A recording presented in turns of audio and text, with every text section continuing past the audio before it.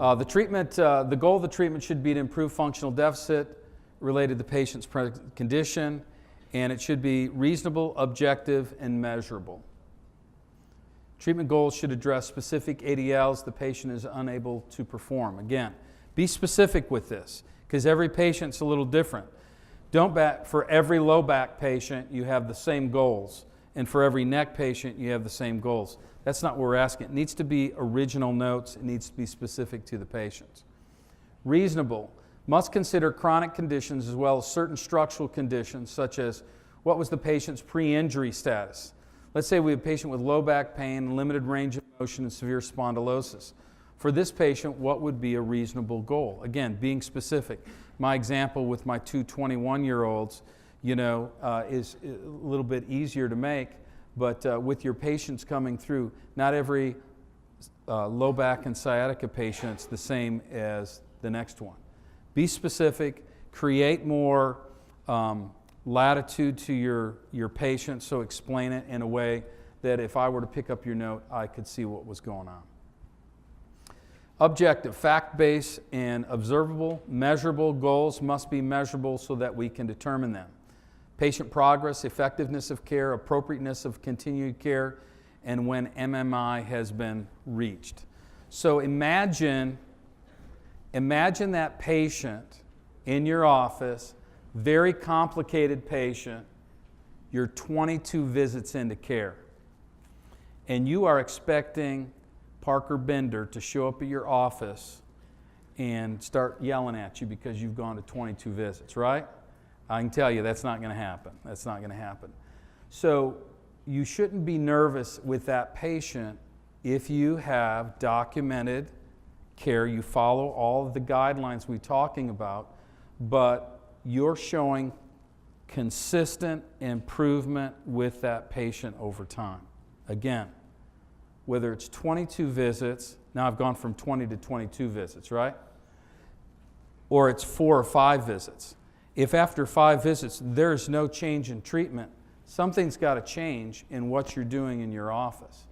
Now get it, you may say, well listen, I'm going to stop doing side posture, I'm going to start doing flexion distraction with the patient, or I'm going to change my therapies. So it could be just a little tweak in the way you're treating the patient, but you need to continue to document, and these objective, measurable functional goals, you should be able to track those and see that improvement.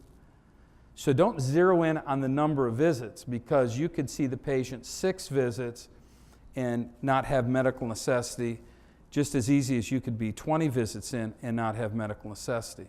You've got to have it all documented, and it needs to make sense within your note.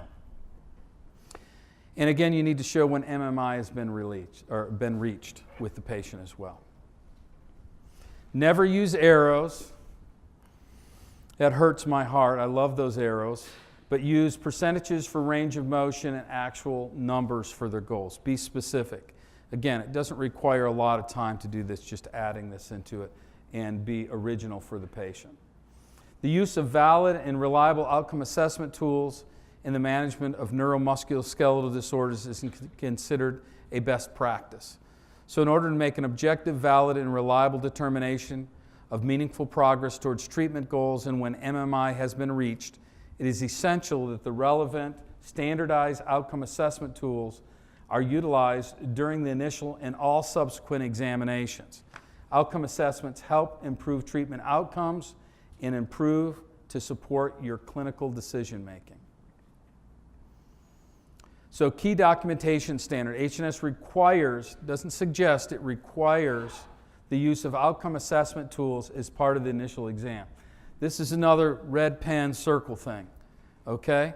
So I'm going to tell you, it is so easy to add these. So if you're not doing these, you need to start these on Monday. Staff, you need to help your doctor with this, because you can really take care of this and manage this and make sure the patients are filling out these documents. We were talking about this at breakfast. We're talking about different types of seminars that we would like to teach, different things that we could do to increase the value to your time and being here and into your practice. And Dr. Bender said, wouldn't it be great if we spent a period of time with the CAs, kind of walking through how to implement those outcome assessments and the importance of those outcome assessments, and then just generally other things in the office that your staff could do to help you improve your documentation, which would be a great thing. Now, that doesn't mean we're going to teach your staff how to do your documentation. That's your responsibility, but help support you doing quality documentation.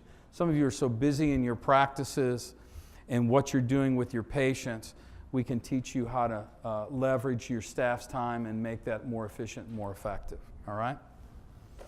So again, outcome assessments must be utilized on the initial exam to establish a functional baseline. They should be used during the initial exam and are essential to establishing treatment goals which are measurable. And with re-exams, HNS requires the use of outcome assessment tools on all subsequent exams. So again, you could do it during a course of care, again, 6 months later, 3 months later, a year later, you have the patient coming in with a flare-up of a chronic condition. You can compare those outcome assessment tools to where they were 6 months ago or a year ago, which is very effective as well. They should be used to objectively measure progress towards treatment goals and should demonstrate effectiveness of treatment and should determine the appropriateness and medical necessity of continued care, and they help determine when MMI has been reached. So without the outcome assessments tools during the initial examination and at all subsequent exams, how do you objectively measure the patient's progress towards treatment goals?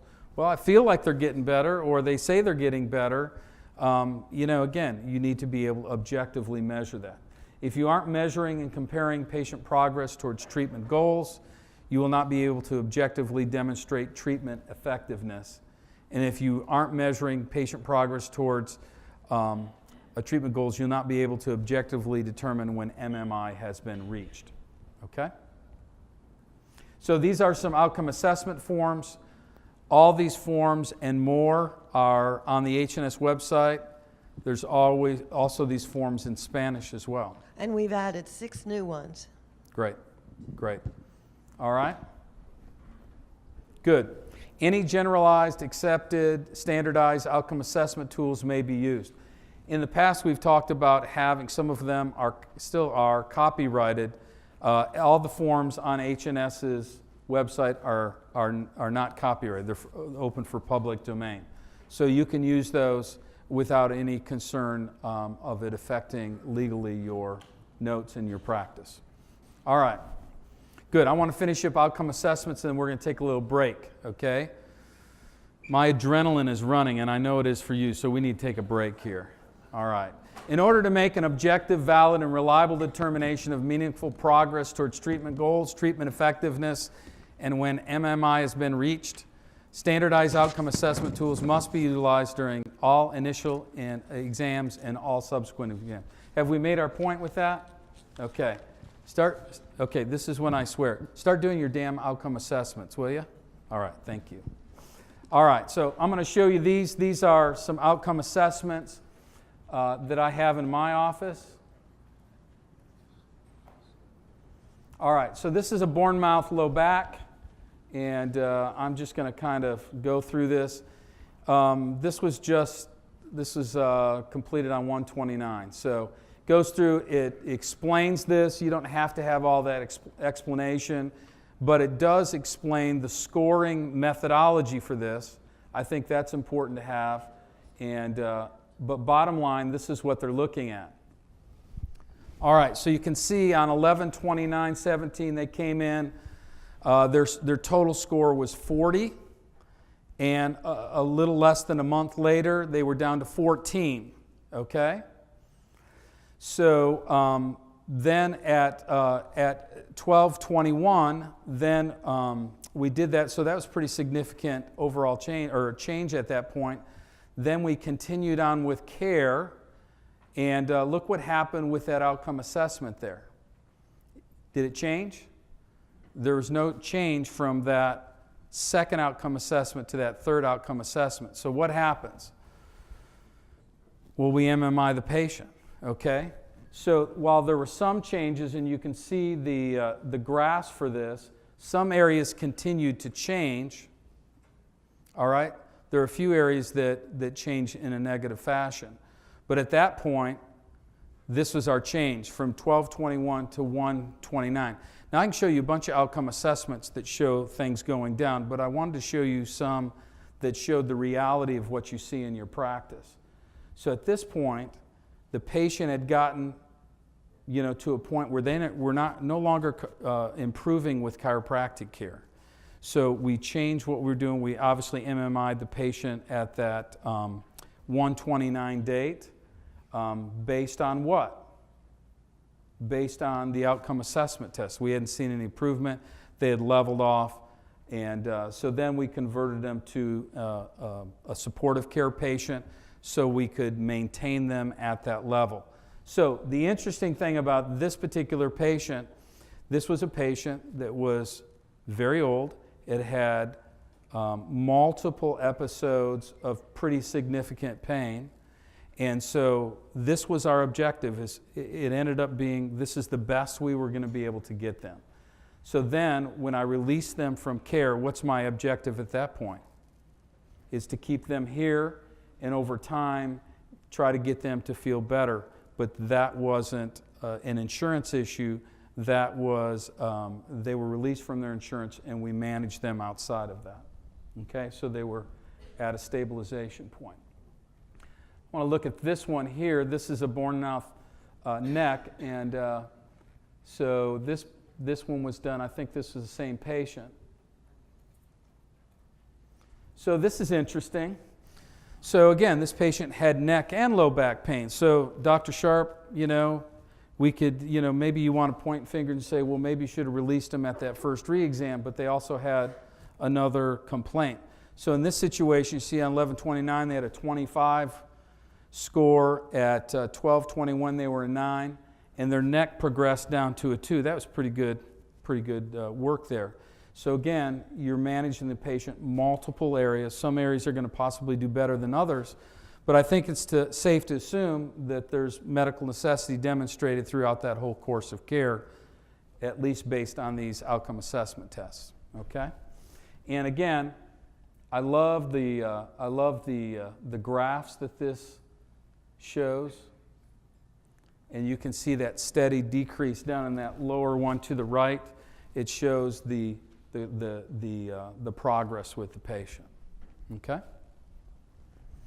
so that's good. I want to show you a couple others real quick.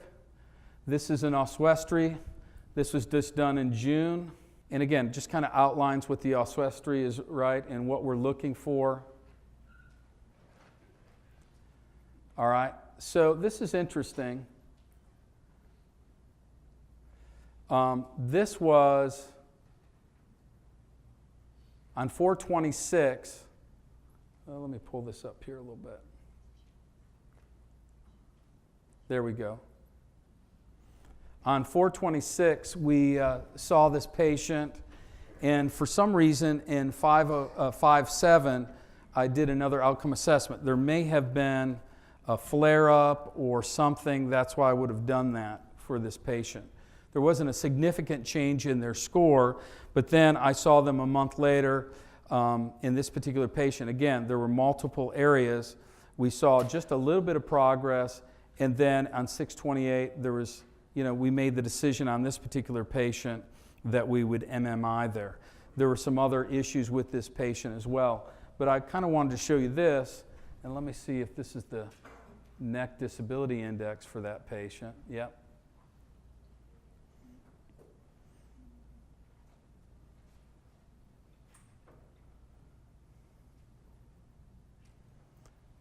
So look at this. We went from a score of 44, so the neck responded much more favorably with this same patient.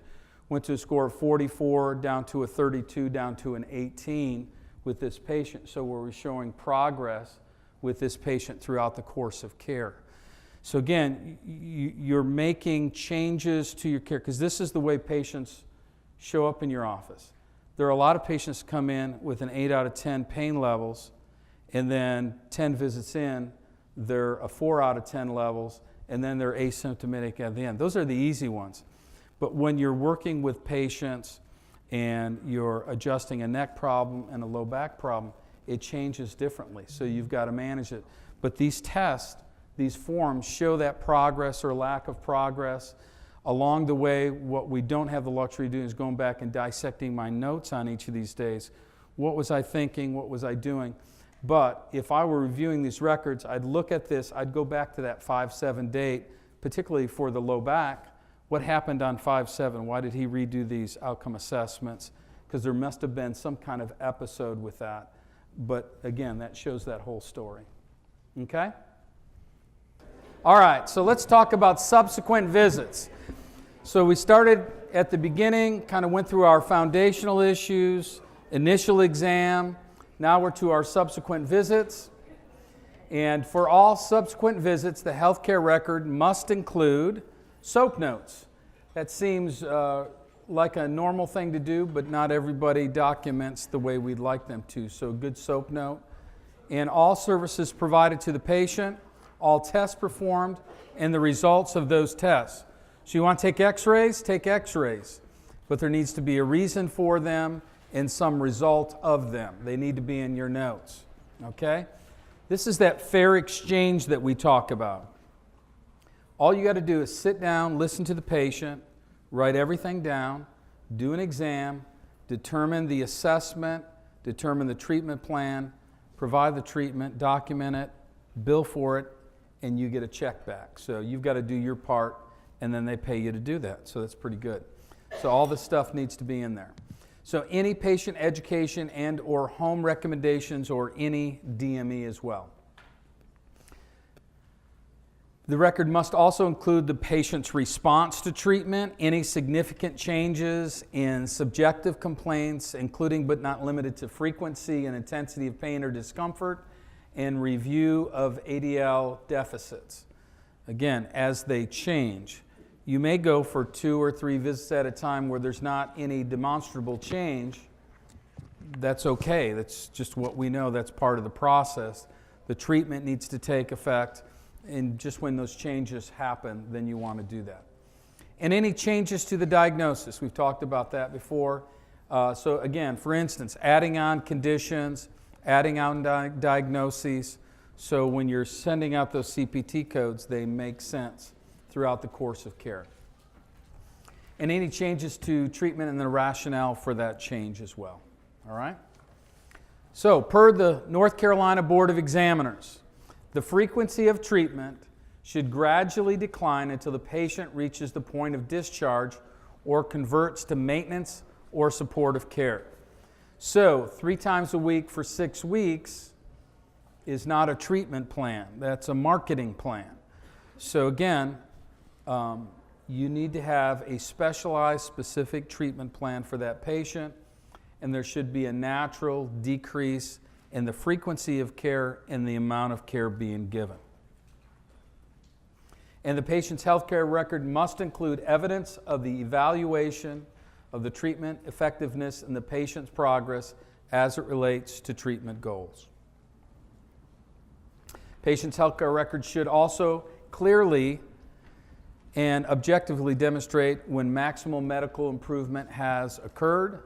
And again, we'll talk a little bit more about that in a few minutes. The patient's healthcare record should also include patient status on discharge, recommendation on discharge, and any prognosis. This kind of goes back to the question that was asked earlier when the patient is being released from care. What you do with that patient could be all over the place. You could release them to care that could be PRN at that point. You could be releasing them to maintenance care. Maybe you've got a patient that got to a certain point in their care. That's the best they got. So then you referred them to a good physical therapist to do some strengthening work, kind of some hardening work with that patient. I mean, those could be all outcomes of what could happen with your patient. And all services provided at each subsequent visit, as well as the number and frequency of those visits, must be consistent with the patient's chief complaint, clinical exam findings, outcome assessments, diagnoses, and treatment plan, establishing that medical necessity, all right? It's just a series of events. All right, H&S best practices for CMT. Again, The purpose of this morning is kind of set the stage so we can kind of move in some other things. We need to tie it all together and make it sense. So for CMT, include all manipulations performed, the location and specific segments or regions that are being adjusted or manipulated, and include documentation to demonstrate subluxations either by radiographs or examination. And again, if subluxation is demonstrated by physical exam, the record will establish that 2 of the 4 part criteria met: pain, asymmetry, range of motion, tissue changes, one of which should be asymmetry or range of motion. All right? So we talked about that earlier. And then also to substantiate the manipulations reported to payers that are consistent with the patient's chief complaint, excuse me, objective clinical findings, treatment, or diagnosis and treatment plan. So we've talked about this before because, again, chiropractors look at the entire body. We can all sit here and have an intellectual conversation on why somebody with headaches needs orthotics, right? I mean, we get that. Not every person with headaches needs orthotics, but we could talk through that process with you, couldn't we? Would you agree? Yes. So the problem is when we are diagnosing and documenting our patient, we've got to establish the need for everything. So in this case, with respect to CMT, you've got somebody, their primary diagnosis is headaches, and then they come into your office, you do your evaluation, and you see a significant scoliosis with the patient on visual examination. So what may you do in the next step of your objective evaluation of the patient? You maybe take some x-rays with that patient, right? And then based on those x-rays, you may find there's substantial issues in the thoracolumbar area, thoracic area, the cervical spine that kind of sets the stage for what's going on with this patient. So based on your physical exam, but again, the chief complaint is headaches, right? But then you go to your exam, your x-ray, but then based on that, you establish a series of diagnoses for that patient. And then you establish the treatment plan, the level of CMT, as well as all the other things you may or may not do. So let's say the patient comes in with headaches and you bill a 98941, okay, for a headache patient.